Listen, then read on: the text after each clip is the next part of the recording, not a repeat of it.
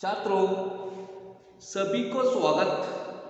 आज इस दिवस लेखक डॉक्टर यतीश अग्रवाल जी लिखित दिल का दौरा और एंजाइना इस गद्य भाग के बारे में जानकारी प्राप्त करेंगे। गद्य भाग 6 में आज भागा 4 के बारे में जानकारी प्राप्त करेंगे। दिल का दौरा और एंजाइना एक बीमारी है। दिल का बीमारी ಇದು ಒಂದು ಹೃದಯ ಕಾಯಿಲೆ। ದಿಲ್ का ದೌರಾ ಹೃದಯ ರೋಗ ಹೇಗೆ ಆಗುತ್ತೆ ಮತ್ತು ಎಂಜೈನಾ ಅಂದ್ರೇನು ಇದರ ಬಗ್ಗೆ ಡಾಕ್ಟರ್ ಯತೀಶ್ ಅಗ್ರವಾಲ್ ಇವರು ತಿಳಿಯಪಡಿಸಿದ್ದಾರೆ ವಿದ್ಯಾರ್ಥಿಗಳಿಗೆ ಈ ಕಾಯಿಲೆಯ ಬಗ್ಗೆ। इस बीमारी कैसे आता है, क्यों आता है, उससे बचने के लिए हम क्या करना चाहिए, उसके बारे में अनेक सलाह दिया है। इस गद्य के मुखांतर थोड़ा जानकारी दिए हैं। इस गद्य भाग को 200 सवाल पुस्तक से लिया गया है। 200 ಸವಾಲುಗಳು ಪ್ರಶ್ನೆಗಳು ಎಂಬ ಒಂದು ಪುಸ್ತಕದಿಂದ ಈ ಗದ್ಯವನ್ನು ಆಯ್ದುಕೊಳ್ಳಲಾಗಿದೆ। और यह रोग के कारण ಈ ಕಾಯಿಲೆಗೆ ಅನೇಕ ಕಾರಣಗಳಿವೆ। ಯಾವುದು? ಹೃದಯ ರೋಗ, ದಿಲ್ का दौरा और एंजाइना, ಹಾರ್ಟ್ ಅಟ್ಯಾಕ್ ಹೆಂಗಾಗುತ್ತೆ, ಯಾಕೆ ಆಗುತ್ತೆ ಎಂಬ ವಿಚಾರ ಬಗ್ಗೆ ಅನೇಕ ಕಾರಣಗಳಿವೆ। ಹಾರ್ಟ್ ಅಟ್ಯಾಕ್ ಆಗಲಿಕ್ಕೆ ಕಾರಣಗಳೇನು, ನಮ್ಮ ಜೀವನ ಕ್ರಮ ಏನು, ಅದರ ಬಗ್ಗೆ ಕಾರಣಗಳು। ಮೋಟಾಪ, ದೃಢಕಾಯವಾದಂಥ ಶರೀರ, ಅತಿಯಾದ ದೃಢಕಾಯ ಶರೀರವನ್ನು ಹೊಂದುವುದರಿಂದ ಹೃದಯ ಹೆಚ್ಚಿಗೆ ಕೆಲಸ ಮಾಡಬೇಕಾಗುತ್ತೆ। शरीर में खून को ज्यादा पंप करना चाहिए। दिल ಅತಿಯಾದ ಶರೀರ ಹೊಂದಿದ್ರೆ ಹಾರ್ಟಿಗೆ ಹೆಚ್ಚಿಗೆ ಒತ್ತಡ ಆಗುತ್ತೆ, ಹೆಚ್ಚಿಗೆ ಪಂಪ್ ಮಾಡಬೇಕಾಗುತ್ತೆ ರಕ್ತವನ್ನು। ಇದು ಕೂಡ ಒಂದು ಕಾರಣವಾಗಿದೆ। ಮೋಟಾಪ, ಮಾನಸಿಕ ತನಾವ, ಆಯಾಸ, ಅತಿಯಾದಂತಹ ಮಾನಸಿಕ ಆಯಾಸದಿಂದ ಒತ್ತಡದಿಂದಲೂ ಕೂಡ ಹೃದಯಾಘಾತವಾಗುತ್ತೆ, दिल का दौरा पड़ता है। रक्त में कोलेस्ट्रॉल का बढ़ जाना, ರಕ್ತದಲ್ಲಿ ಕೊಲೆಸ್ಟ್ರಾಲ್ ದಿನನಿತ್ಯ ಹೆಚ್ಚಿಗೆ ಆಗುವುದರಿಂದ, ಕೊಲೆಸ್ಟ್ರಾಲ್ ಕಾರಣದಿಂದಲೂ ಕೂಡ ಹಾರ್ಟ್ ಅಟ್ಯಾಕ್ ಆಗುವಂಥದ್ದು। बीपी, ಬ್ಲಡ್ ಪ್ರೆಷರ್ और शुगर, डायबिटीज ಇರುವಂಥವರಲ್ಲೂ ಕೂಡ दिल का दौरा पड़ता है। और मेहनत ना करना, ಪರಿಶ್ರಮ ಪಡದವರಲ್ಲಿ, ಕೆಲಸ ಮಾಡದವರಲ್ಲಿ, ಯಾವ ಕುಂತಲ್ಲೇ ಕೂತ್ಕೊಳ್ಳುವವರಲ್ಲಿ, ಪರಿಶ್ರಮ ಪಡದವರಲ್ಲಿ, ಶಾರೀರಿಕ ಪರಿಶ್ರಮವನ್ನು ಪಡದವರಲ್ಲಿ ಕೂಡ दिल का दौरा पड़ता है, ಹೃದಯಾಘಾತ ಆಗುತ್ತೆ। ಕುರ್ಸಿ ಪರ್ ಬೈಠೆ ರಾಣಿ ಕಿ ನೌಕರಿ, ಯಾವುದು ಕೂಡ ಕುರ್ಚಿಯಲ್ಲಿ ಕೂತ್ಕೊಂಡು ಕೆಲಸ ಮಾಡುವಂಥವರಲ್ಲಿ ಹೆಚ್ಚಿಗೆ ಕಂಡು ಬರುವಂಥದ್ದು ಎಂಬುದನ್ನು उसके बारे में यतीश अग्रवाल जी डॉक्टर इसके बारे में कहा है। ಇಂಥವರಲ್ಲಿ ಹೆಚ್ಚಿಗೆ ಹೃದಯಾಘಾತ ಆಗುತ್ತದೆ ಎಂಬುದನ್ನು ಇಲ್ಲಿ ತಿಳಿಸಿದ್ದಾರೆ। खान पान में आया अंतर, ಆಹಾರ ಪದಾರ್ಥ ಪದ್ಧತಿಯಲ್ಲೂ ಕೂಡ ನಾವು ಸೇವಿಸುವಂತಹ ಆಹಾರ ಪದಾರ್ಥಗಳಿಂದಲೂ ಕೂಡ ಕೊಲೆಸ್ಟ್ರಾಲ್ ಯುಕ್ತವಾದಂತಹ ವಸಾಯುಕ್ತ ಖಾದ್ಯ ಸೇವನ್ ಕರ್ನೆ, ಅಂದರೆ ಕೊಬ್ಬು ಪದಾರ್ಥವನ್ನು ಹೊಂದಿರುವಂತಹ ಆಹಾರ ಪದಾರ್ಥಗಳನ್ನು ಹೆಚ್ಚಿಗೆ ಸೇವನೆ ಮಾಡುವುದರಿಂದ, ಕರೆದ ಪದಾರ್ಥಗಳನ್ನು ಹೆಚ್ಚಿಗೆ ಸೇವನೆ ಮಾಡುವುದರಿಂದ, ಪಕೌಡಿ ಇಂಥವು ಬೋಂಡ, ಪಕೋಡ ಈ ಥರ ಕರೆದ ಪದಾರ್ಥಗಳನ್ನು ಹೆಚ್ಚಿಗೆ ಸೇವನೆ ಮಾಡುವುದರಿಂದ ಕೂಡ दिल का दौरा पड़ता है, ಹೃದಯಾಘಾತ ಆಗುವುದು ಕಂಡು ಬರುತ್ತೆ।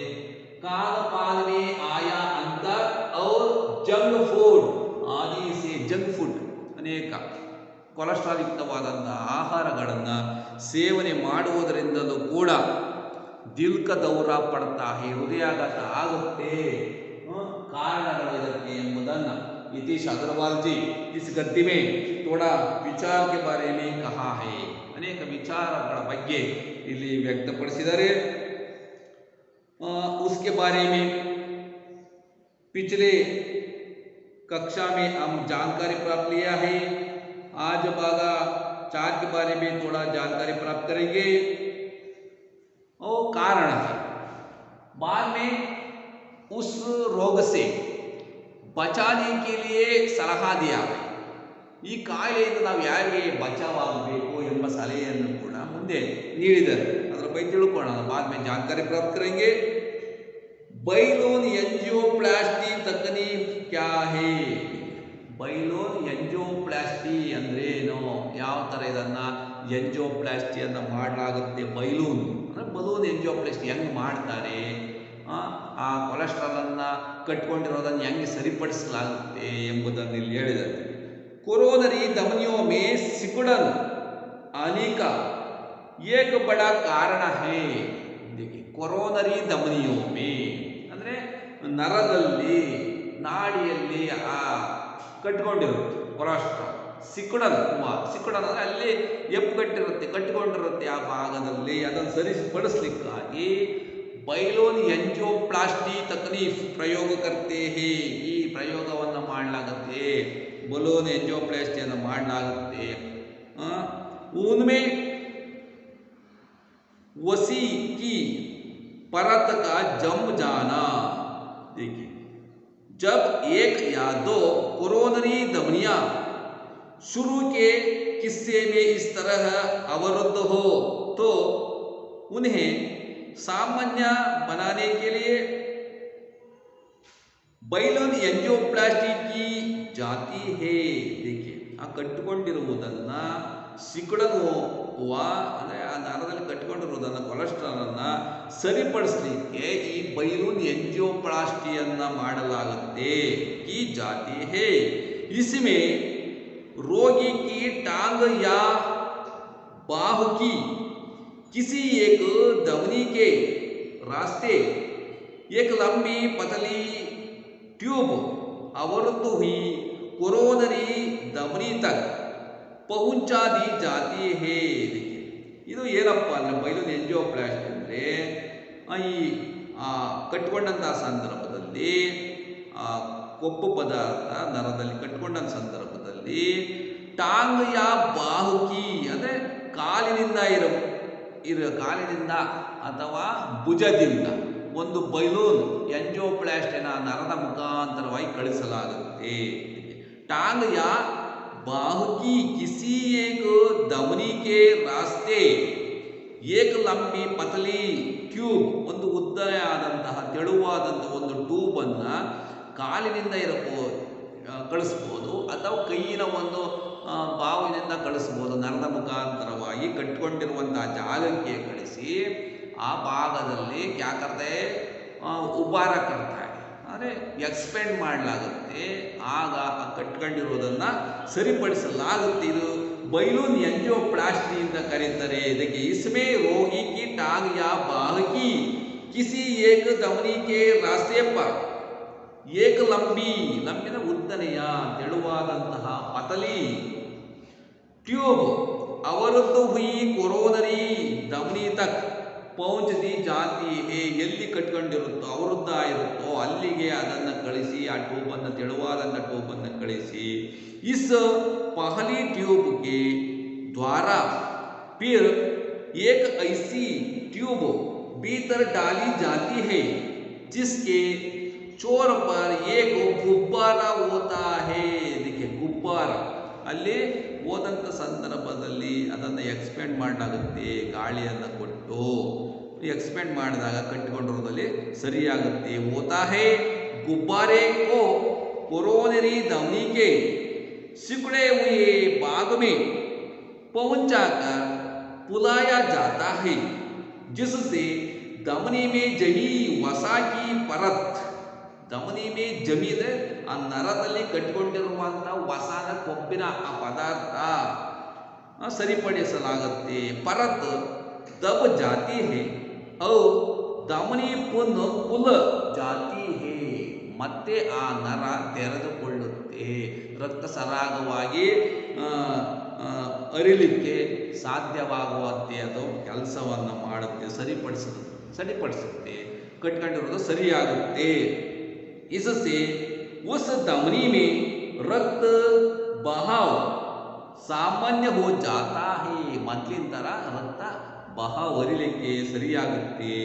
ಹೌ ರೋಗ ದೂರ ಹೋ ಜಾತಾ ಹೇ, ರೋಗ ದೂರ ಆಗುತ್ತೆ. ಇಸ್ ಥರ ಬೈಲೋನ್ ಎಂಜೋಪ್ಲಾಸ್ಟಿ ಅಂದರೆ ಬಲೂನ್ ಎಂಜೋಪ್ಲಾಸ್ಟಿಯನ್ನು ಈ ಥರ ಮಾಡಲಾಗುತ್ತೆ. ಆ ನರದಲ್ಲಿ ಕಟ್ಟಿಕೊಂಡಂಥ ಸಂದರ್ಭದಲ್ಲಿ ಸರಿಪಡಿಸಲಾಗುತ್ತೆ. ಇದನ್ನು ಬೈಲೋನ್ ಎಂಜೋಪ್ಲಾಸ್ಟಿ ಅಂತ ಕರೀತಾರೆ.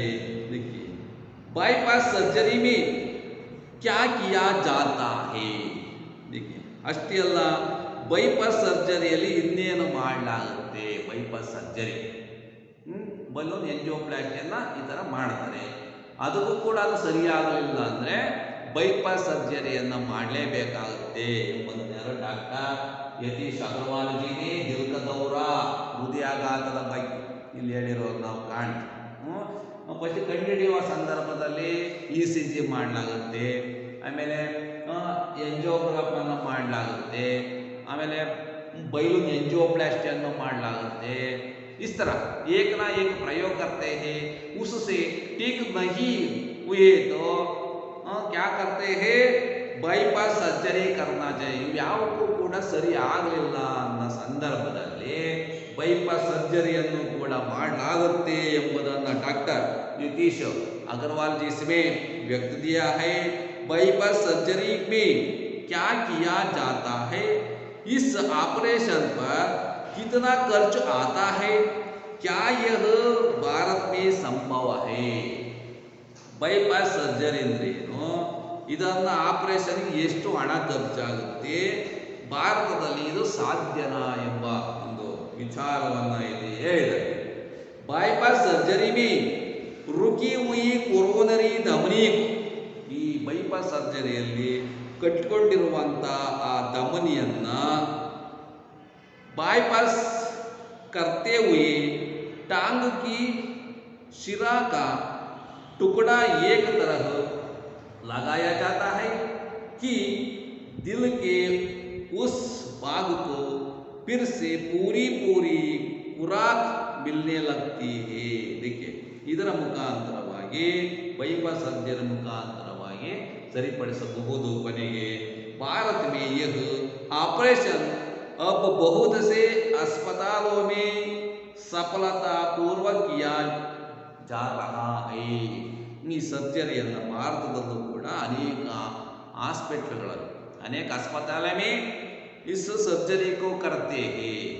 ಭಾರತದಲ್ಲೂ ಕೂಡ ಮಾಡ್ತಾರೆ, ಮಾಡಬಹುದು. ಭಾರತದಲ್ಲೂ ಕೂಡ ಅನೇಕ ಹಾಸ್ಪಿಟಲ್ಗಳು ಇವೆ, ಮೊದಲಿನ ಥರ ಇಲ್ಲ. ಈಗ ಒಳ್ಳೊಳ್ಳೆ ಹಾಸ್ಪಿಟಲ್ಗಳು ಕೂಡ ಇವೆ, ಆಪರೇಷನ್ ಮಾಡಬಹುದು. इसमें पेरंबूर का दक्षिणी रेल अस्पताल, देखिए ಇದರಲ್ಲಿ ಒಂದು ಹಾಸ್ಪಿಟಲ್ ಇದೆ, ಪೆರಂಬೂರಿನ ದಕ್ಷಿಣಿ ರೇಲ್ ಹಾಸ್ಪಿಟಲ್ ಕೂಡ ಇದಕ್ಕೆ ಒಂದು ಉದಾಹರಣೆ ಆಗಿದೆ. ಮದ್ರಾಸ್ ಕಾ ಅಪೋಲೋ अस्पताल, ಮದ್ರಾಸಿನ ಅಪೋಲೋ ಹಾಸ್ಪಿಟಲ್, ಪೆರಂಬೂರಿನ ದಕ್ಷಿಣ ರೇಲ್ ಹಾಸ್ಪಿಟಲ್, ಮುಂಬೈ ಕಾ KEM अस्पताल, ಮುಂಬೈಯಲ್ಲಿರುವಂಥ KEL ಹಾಸ್ಪಿಟಲು, ವೆಲ್ಲೂರ್ ಕಾ ಕ್ರಿಶ್ಚಿಯನ್ ಮೆಡಿಕಲ್ ಕಾಲೇಜ್, ವೆಲ್ಲೂರಿನಲ್ಲಿರುವಂಥ ಕ್ರಿಶ್ಚಿಯನ್ ಮೆಡಿಕಲ್ ಕಾಲೇಜು, ಇಲ್ಲೂ ಕೂಡ ದಿಲ್ ಕಾ ದೌರಾ ಅಂದರೆ ಹೃದಯಾಘಾತದ ಈ ಆಪರೇಷನ್ಸ್ ಬೈಪಾಸ್ ಸರ್ಜರಿಯನ್ನಲ್ಲೂ ಕೂಡ ಮಾಡಲಾಗುತ್ತೆ. अस्पताल मुंबई का KEM अस्पताल, वेल्लोर का क्रिश्चियन मेडिकल कॉलेज और नई दिल्ली के अखिल Bharatiya Ayurvigyan Sansthan, Escorts heart institute of Batra अस्पताल ಅಗ್ರಣೀಯ. ಇವು ಹೆಸರನ್ನ ಪಡೆದ ಪ್ರಮುಖವಾದಂತಹ ಹಾಸ್ಪಿಟಲ್ಗಳು, ನಮ್ಮ ದೇಶದಲ್ಲಿ ಇರುವಂಥ ಪ್ರಮುಖ ಹಾಸ್ಪಿಟಲ್ಗಳು ಇವೆ. ಮುಂಬೈಯಲ್ಲಿರುವಂಥ KEM ಹಾಸ್ಪಿಟಲ್ ಇವೆಲ್ಲವೂ ಕೂಡ ಹೆಸರನ್ನು ಪಡೆದಿವೆ. ಈ ಹಾಸ್ಪಿಟಲ್ಗಳಲ್ಲಿ ಬೈಪಾಸ್ ಸರ್ಜರಿಯನ್ನು ಮಾಡಲಾಗುತ್ತದೆ. ಏಕ ಆಪರೇಷನ್ में यहाँ 20,000 से 50,000 रुपये का ಖರ್ಚು ಜಾತಾ ಹೇ. देखिए ಈ ಆಪರೇಷನ್ಗೆ 20,000ದಿಂದ ಹಿಡಿದು 50,000ವರೆಗೂ ಕೂಡ ಖರ್ಚು ಬರುತ್ತೆ ಎಂಬುದನ್ನು ಡಾಕ್ಟರ್ ಯತೀಶ್ ಅಗ್ರವಾಲ್ इसके बारे में कहा है. ಈಗ ಇನ್ನೂ ಕೂಡ ಜಾಸ್ತಿ ಆಗುತ್ತೆ ಖರ್ಚು. ಇದು ಮೊದಲು ಹೇಳಿರುವಂಥದ್ದು. ಇತ್ತೀಚಿನ ದಿನಗಳಲ್ಲಿ ಇನ್ನೂ ಕೂಡ ದುಬಾರಿ ಆಗುವುದನ್ನು ನಾವು ಕಾಣಬಹುದಾಗಿದೆ. इस प्रकार अनेक अस्पताल के बारे में कहा है. इनमें पेरमपुर का दक्षिण रेलवे अस्पताल, मद्रास का अपोलो अस्पताल, मुंबई का केईएम अस्पताल, वेल्लोर का क्रिश्चियन मेडिकल कॉलेज और नई दिल्ली के अखिल भारतीय आयुर्वेदिक संस्थान और escort art institute of Batra अस्पताल अग्रणीय है. इस अस्पताल में बीमारी को बाईपास सर्जरी करने का अवकाश मिलता है. इसके बारे में दिल का दौरा और एंजाइना के बारे में स्पष्ट रूप में लेखक जी कहा है. ಹೇಳಿರುವುದನ್ನ ನಾವು ಕಾಣ. ಇದರಿಂದ ಉಳ್ಕೊಳ್ಳಿಕ್ಕೆ दिल का दौरा और दौरा से बचने के हृदयाघातದಿಂದ ನಾವು ಉಳ್ಕೊಳ್ಬೇಕು ಅಂದರೆ क्या नियमों का पालन करना चाहिए, ಯಾವ ನಿಯಮಗಳನ್ನು ನಾವು ಪಾಲನೆ ಮಾಡಬೇಕು ಎಂಬುದನ್ನು ಹೇಳಿದ್ದಾರೆ. बाद में इसके बारे में नेक्स्ट क्लास में जानकारी प्राप्त करेंगे. छात्र अच्छी तरह पढ़िए. सभी को नमस्कार.